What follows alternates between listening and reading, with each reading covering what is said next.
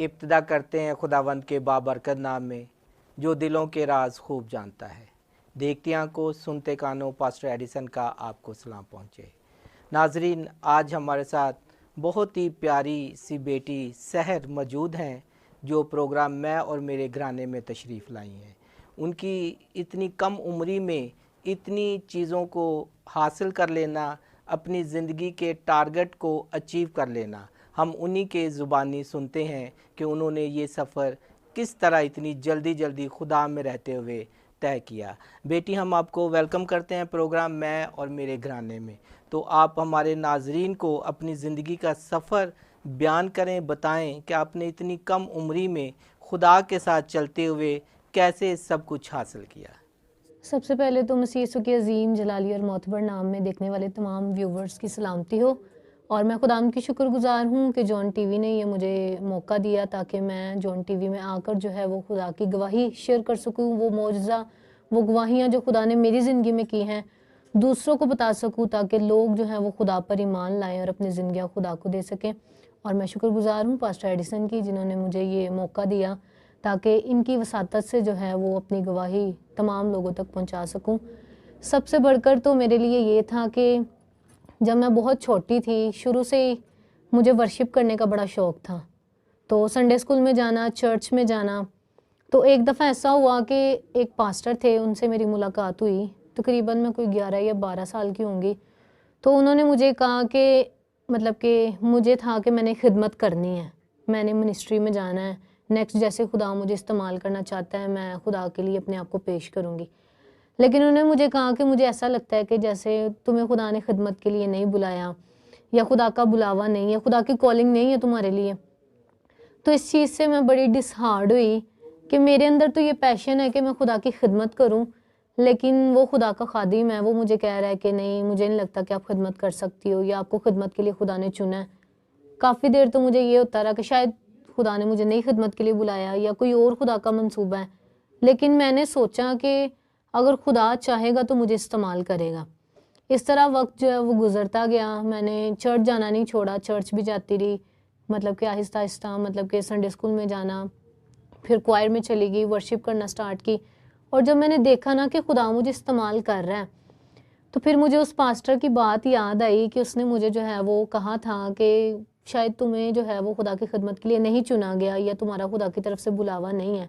तो फिर मैंने सोचा कि इंसान कौन होता है किसी को ये बताने वाला कि आपको खुदा ने चुना है कि नहीं चुना। लेकिन जब खुदा इंसान का इंतखाब करता है तो वाकई उसे इस्तेमाल भी करता है। फिर मुझे ये था कि मैं बाइबल कॉलेज जाऊँ, मतलब कि बाइबल के बारे में सीखूँ मज़ीद, ताकि दूसरों को बता सकूँ।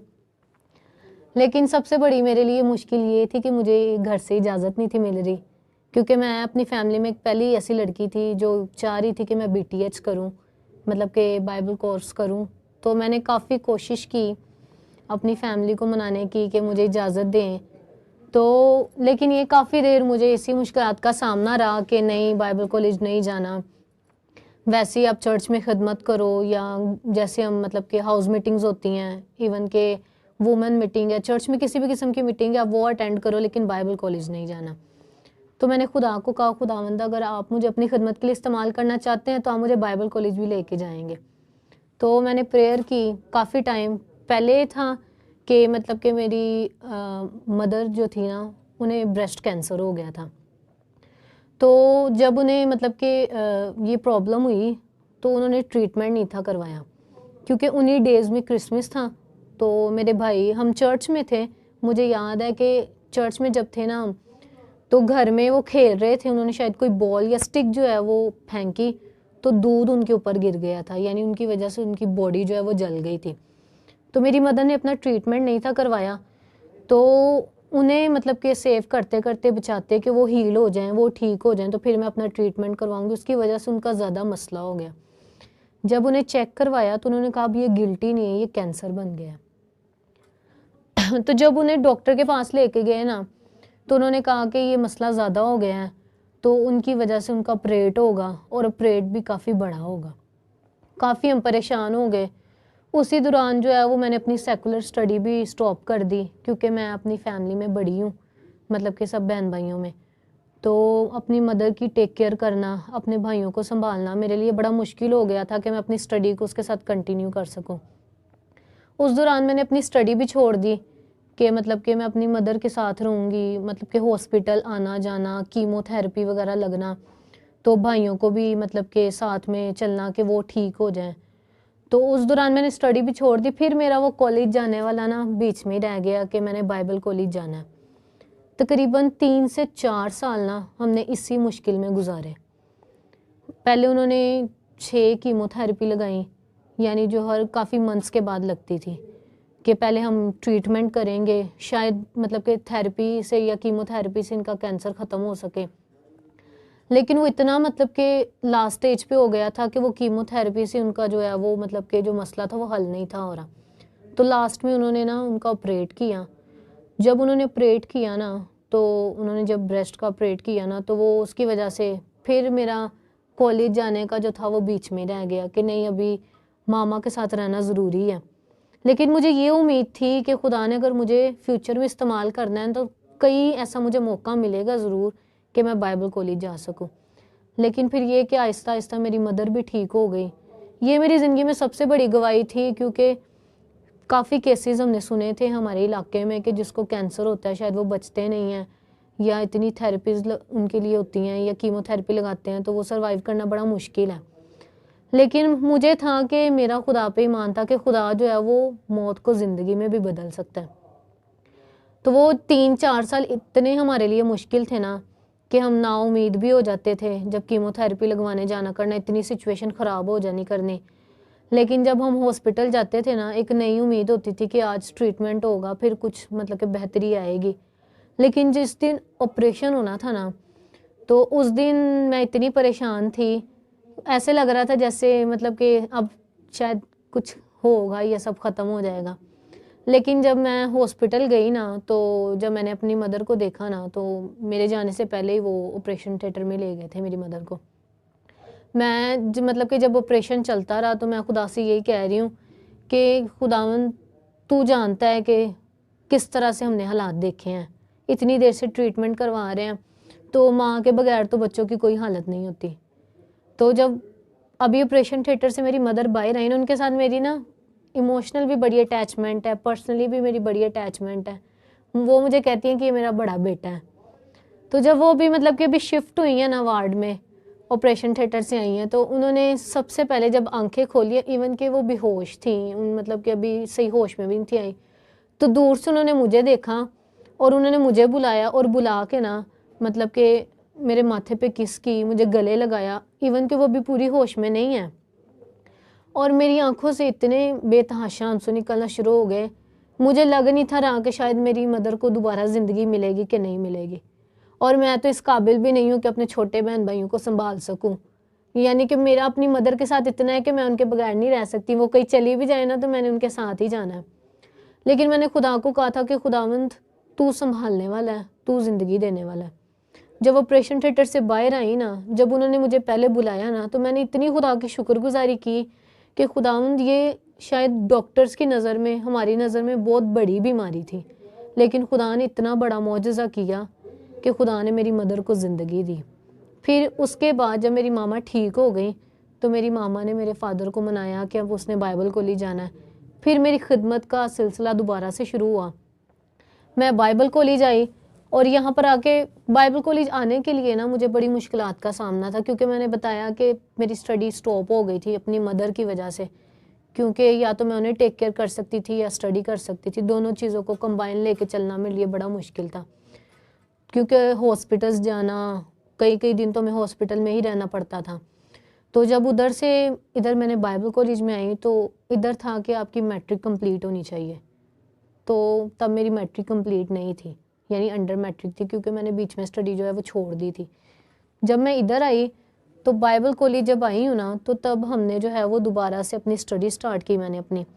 इवन के मेरे जो चर्च के पास्टर हैं ना, उन्होंने मुझे बड़ा इनकरेज किया, उन्होंने बड़ा साथ दिया। तो मैंने जब स्टडी स्टार्ट की, तो बाइबल कॉलेज में रहते हुए ही मैंने अपनी मैट्रिक भी कंप्लीट की, मैंने एफए भी किया, इवन के मैंने 3 साल में जो है वो बीटीएच भी यहाँ से कंप्लीट की। और खुदा की शुक्रगुजारी है कि चाहे रास्ते जितने भी मुश्किल रहे ना, खुदा हमेशा मेरे लिए दरवाज़े खोलता था। इतना आसान नहीं था मेरे लिए आगे बढ़ना, लेकिन खुदा कभी मुझे पीछे भी रहने नहीं था देता। और खुदा की शुक्रगुजारी है कि जब मैं बाइबल कॉलेज में आई, खुदा ने मुझे कभी शर्मिंदा नहीं होने दिया। हर सब्जेक्ट में खुदा ने मुझे सरफराजी बख्शी, खुदा ने अच्छे तरीके से मुझे गाइड किया टीचर्स के थ्रू, इवन कि यहाँ की इन्वायरमेंट, यहाँ की गैदरिंग के थ्रू खुदा ने मेरी ज़िंदगी में मुआवजे किए। और आखिरकार जो मेरा ज़िंदगी का पर्पस था कि मैंने BTH करनी है, खुदा ने वो भी कंप्लीट करवाई। और खुदा का शुक्र है कि मैं आज खिदमत कर रही हूँ। और ये सबसे बड़ा मौजज़ा था खुदा ने मेरी ज़िंदगी में किया कि इतनी मुश्किलातों को जो है वो फेस करते हुए ही मैंने बाइबल कॉलेज को भी कंप्लीट किया। जहाँ मेरी कोशिश थी कि मैं बाइबल कॉलेज करूँ, तो उसके साथ साथ मेरी सेकुलर स्टडी भी कंप्लीट हुई थी। बेटी, आपने अपनी ज़िंदगी का सफ़र बयान किया और आपने कितनी हिम्मत से काम लिया, ये हम सब ने सुना। तो आप हमारे देखने वाली बेटियों को क्या पैगाम देना चाहेंगी कि वो भी ज़िंदगी में अगर कोई अबलीस की तरफ से रुकावट आती है, कोई बीमारी आती है या कोई भी वजह उनकी ज़िंदगी में आती है, तो वो उसे किस तरह से अबूर करें? सबसे बढ़कर तो मैं, जिस तरह मैंने अपनी ज़िंदगी की गवाही जो है वो आपको सुनाई, आपको बताई, ये सब कुछ आसान नहीं था इतना कि इतनी मुश्किलातों में से गुजरते हुए भी जो है वो मैं अपने विज़न को, जो खुदा ने खिदमत मेरी ज़िंदगी में रखी थी, उसे लेकर चल सकूं। लेकिन खुदा ने मेरे लिए इस कदर आसानियाँ पैदा की, मेरे लिए राहों को हमवार किया। तो मैं देखने वाले व्यूवर्स को यही बताना चाहती हूँ, मुश्किलात जितनी मर्ज़ी क्यों ना हो, रास्ते जितने मर्जी दुश्वार क्यों ना हो, चाहे दरवाजे सारे बंद क्यों ना हो, खुदा खोलने की कुदरत और ताकत रखता है।